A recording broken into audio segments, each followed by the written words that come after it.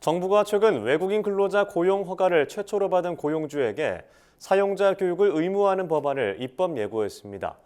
외국인 근로자 고용주의 책임을 강화하겠다는 건데요.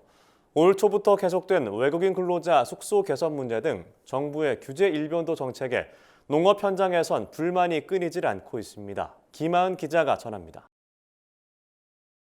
고용노동부가 최근 외국인 근로자의 고용 등에 관한 법률 시행령 개정안을 입법 예고했습니다. 이 개정안은 외국인 근로자 고용 허가를 최초로 받은 고용주에게 사용자 교육을 의무화하는 내용을 담고 있습니다. 외국인 근로자 고용주의 노동관계법령과 인권 이해도를 제고하겠다는 취지입니다. 미 이수 시 사용자의 500만 원 이하의 과태료도 부과되는데 교육 이수 지연 기간이 길어질수록 부담은 가중됩니다. 교육을 받지 않은 기간이 3개월 초과 6개월 이하인 경우 80만 원, 6개월 초과 12개월 이하인 경우 160만 원, 12개월을 초과할 경우 320만 원이 부과됩니다. 정부의 입법 예고에 농업 현장에선 곧장 반발의 목소리가 나오고 있습니다.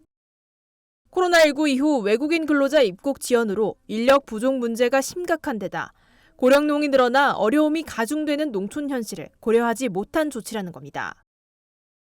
또 흐름에 맞춰가면서 현실과 또 다른 부분을 같이 맞게끔 가져야 되는데 무조건 고용주만 과태료 먹인다 뭐 한다.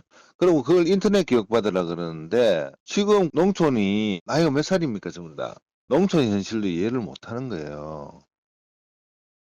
올 초 고용노동부가 농진의 가설 건축물을 숙소로 제공하는 농가에 고용 허가를 내주지 않겠다는 방침을 발표해 외국인 근로자 숙소 규제가 강화된 것에 더해 사용자 교육 의무화 등 정부의 규제 일변도 정책에 농가 부담은 가중되고 있습니다.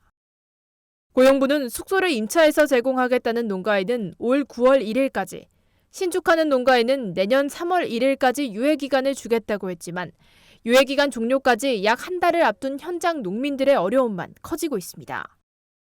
농림축산식품부가 외국인 근로자 주거 지원 사업으로 일부 농가에 숙소 한 곳당 1,500만 원을 지원하고 있지만 숙소를 짓기엔 턱없이 부족한 금액입니다.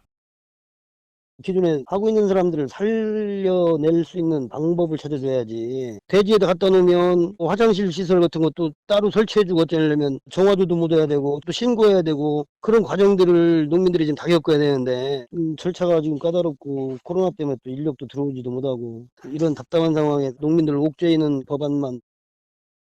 정부가 올 초부터 외국인 근로자 고용주의 책임을 강화하는 법안을 줄줄이 입법 예고하며 농가 부담만 커지고 있는 상황.